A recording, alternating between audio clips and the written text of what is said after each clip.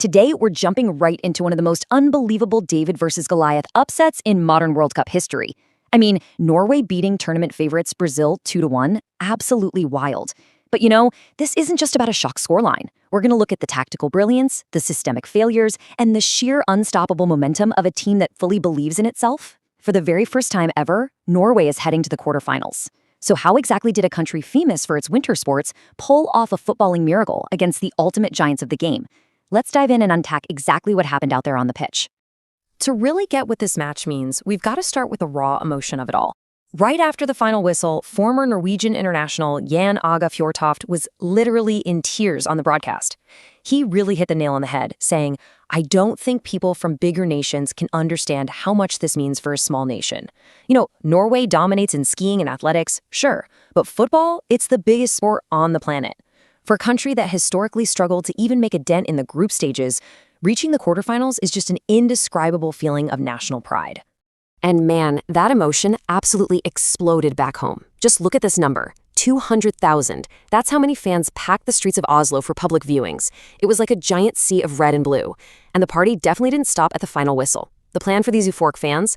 Literally row their way to the royal palace and wake up their sleeping king to celebrate. No joke.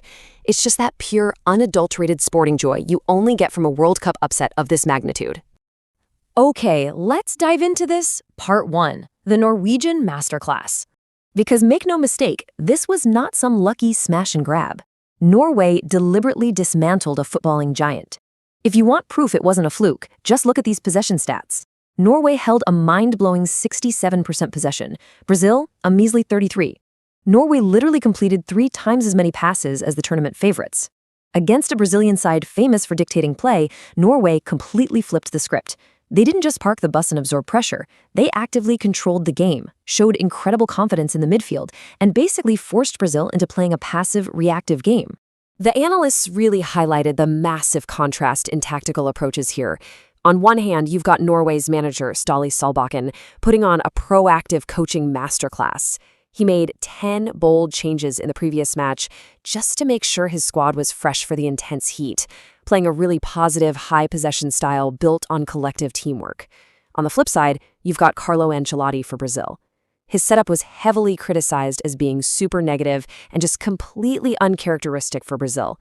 Ancelotti went with a transition-based game plan that just gave up territory, relying way too much on individual moments of magic instead of actual cohesive team play. But Norway's teamwork? It was built on the backs of some incredible unsung heroes.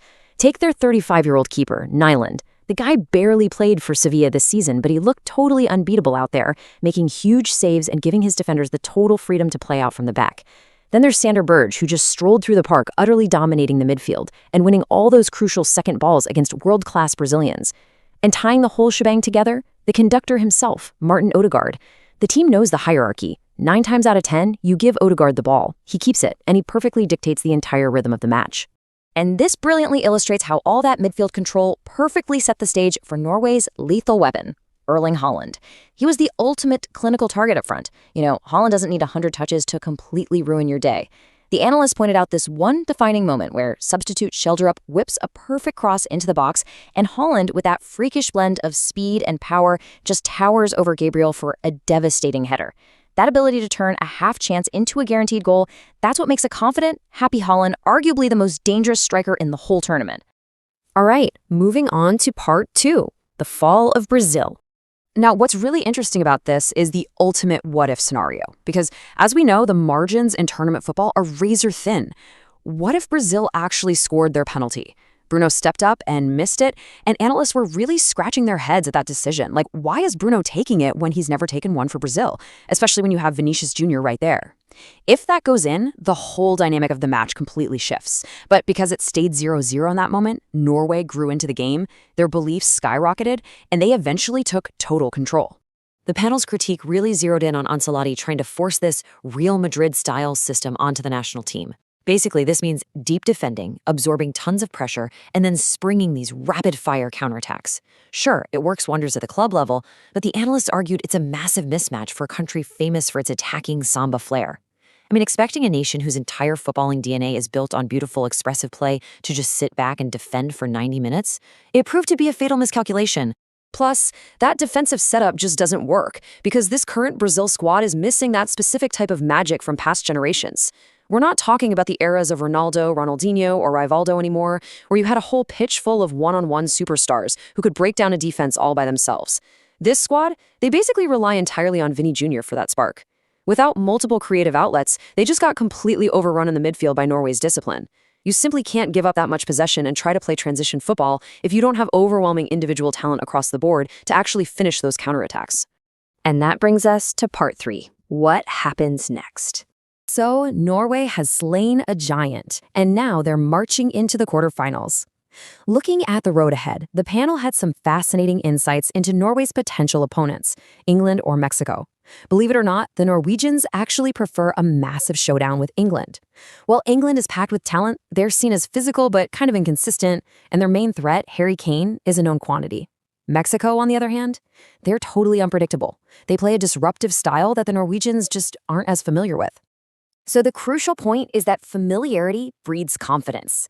We can call this the Premier League advantage. A lot of Norway's core players play week in and week out in England's top flight. Playing against familiar faces gives those Norwegian defenders a vital split-second edge.